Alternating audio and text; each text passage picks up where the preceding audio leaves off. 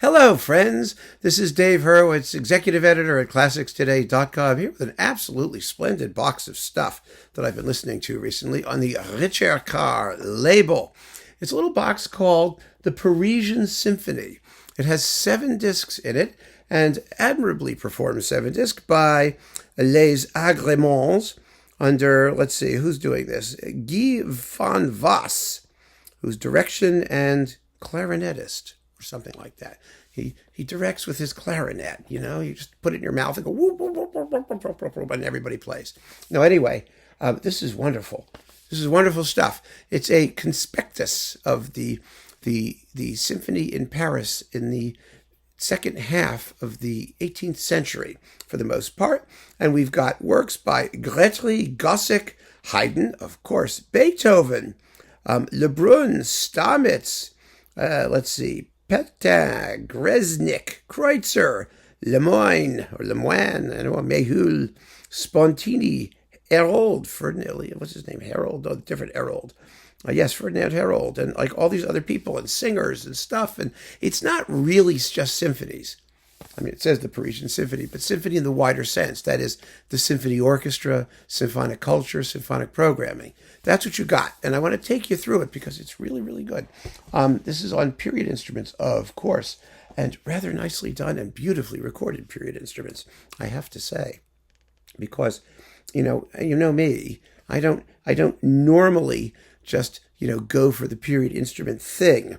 And we'll talk about this. So here we have Grétry from Cephale et Procris, the Air de l'Aurore. It's a ballet thing. It's dances, lovely dance music. And then something about, let's see, from Les Deux Avares and Anacréon chez Polycrate. Yeah, it's not going to help, is it, that I say these things in my twisted French? It's dance music. Lovely, lovely dance music and some songs thrown in. And there's also a flute concerto by Grétry, who was really a nice, lovely French composer. I mean, it's pretty music. It's so nice. Then we've got Gossec. I like Gossec. Gossec is best known for his revolutionary pieces. He became composer in residence for the French Revolution, at least partly, but he was a really serious composer. And we get his 3 grand symphonies, opus, 8. Yes, well, we get 2 of them anyway. So we've got Symphony number 1, Symphony number 2, Symphony number 5. These are pretty substantial 4-movement symphonies. They're not going to be like Haydn-esque in terms of their rigorous symphonic development and whatnot, but they're colorful and tuneful and fun to listen to. And then we've got the Suite de Ballet from Sabinus. I know, again, doesn't help, does it? But it's nice music. I mean, you got to have dance music. And a Symphonie Concertante in just 2 mouvements for violin, cello, and orchestra. It's only 10 minutes long. And it's delightful. Absolutely delightful. And then we have, let's see, more Gossec. Symphony Opus 7, number 5. Symphony Opus 7, number 1. These are 3-movement symphonies. And then Stamitz, one of the Mannheim School composers, his concerto for clarinet and orchestra, with guess who playing the clarinet. There you go. And then another Gossec symphony, Opus 12, number 3. And Joseph Martin Krauss, his symphony in D major, VB 143. If you're getting your VB catalog in order, that's nice to know. So that's CD3. CD4. Oh my goodness. From Dieudonné Pascal Piltin, who lived from 1754 to 1833. And he wrote a rather substantive violin concerto here, substantial. His 3rd violin concerto, which is, well, it's got an 11-minute first movement, then a little tiny adagio, and then an adorable little rondo finale. And then Antoine Frédéric Greznik, a Symphonie Concertante for clarinet, bassoon, and orchestra. Again, these are 2-movement works, which was a popular form back in those days. And Ludwig August Lebrun. Okay, Lebrun we've heard of. He has an oboe concerto. And then we've got some Haydn, the Paris symphonies. We have the Haydn Paris symphonies. We've got, let's see, 1. Are they all here too? Yes, they are. Just listen to them all yesterday, so they must be here. 1, 2, 3, 4, 5. 5. No, 4 of them. No, 3 of them. Where are the rest of them? No, they're not all here. There's 3 of them. What am I talking about? Yes. But I listened to them yesterday, actually, and they were wonderful. So we've got La Reine, and we have The Bear, 82 and 86, which is arguably the greatest of them all. Now, I have to say, straight off, when it comes to the Haydn performances, you also get the Farewell Symphony, which was enormously popular in Paris, of course. So there you go. But here we have Les Agrémens. And, here's the bottom line. This is an ensemble about 1/3 the size that would have performed Haydn's Paris symphonies in Paris during the day. I mean, and that's just so typical of the period instrument movement.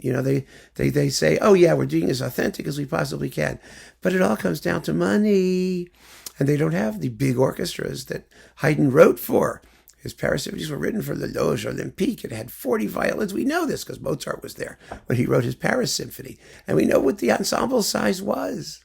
And it was big and great with doubled winds. And these symphonies, frankly, sound best played on modern instruments with big forces. They really do.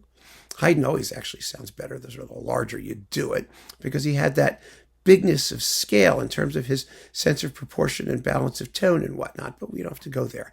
My point is this.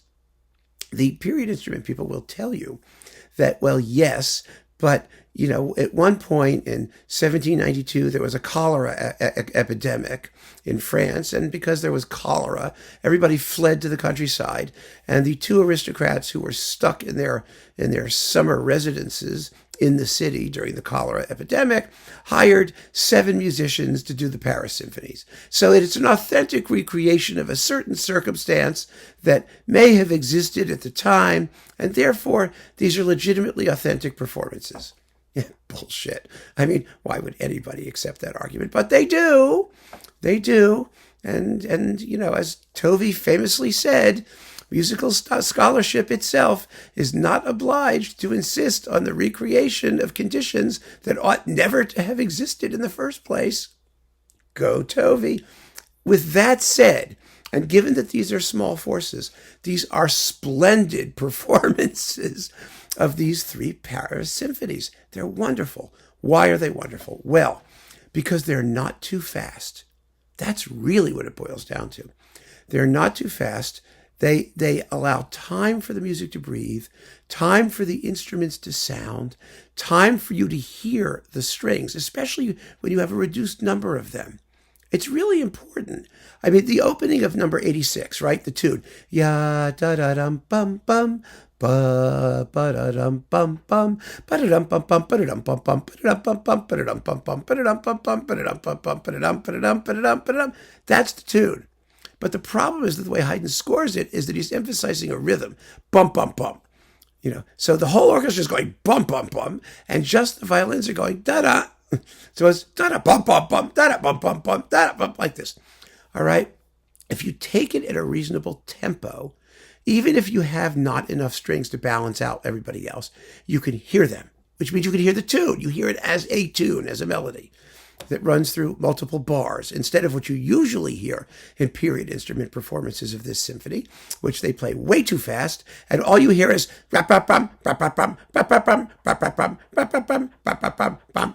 I mean, you don't hear the tune. Right? Okay. So these guys are smart. They give the music time to breathe. They keep everything in proportion, and the woodwind playing is marvelous. Absolutely marvelous. It's full of character and personality, and oh my God. So with all of that whole harangue about how stupid period instrument performances are, it just goes to show that what matters really isn't the instruments you use or even how many there are, but how intelligent the interpretations are and how musicianly the players are. And they are very musicianly. So hats off to them, really. Then we've got, let's see, a little Haydn cantata, Misere Noi, Misere Patria. Wow, ooh, baby, that's new. And his trumpet concerto on a keyed trumpet, which is sort of... And Beethoven's Second Symphony, which is lovely. And then on CD7, we have a whole sort of smorgasbord of little arias and overtures and things by all kinds of people. I mean, everybody from Salieri to Kreutzer to Gluck. You got a little bit of Divinité du Styx by Gluck from Alceste. And we've got Le Moyne, an aria from Phèdre. And we've got, let's see, Johann Christian Bach from Amadis de Gaule. These little arias. And it's just fun. And the overture to Le Danaïdes by Salieri and Louis Ferdinand Hérold. And just an aria recital with a very good mezzo, by the way. It's Jennifer Borghi, and she's lovely. And that's your 7 discs of the Symphony in Paris, or the Parisian Symphony. Really a fine, fine program. Let's do the front of the actual thing. Here we go.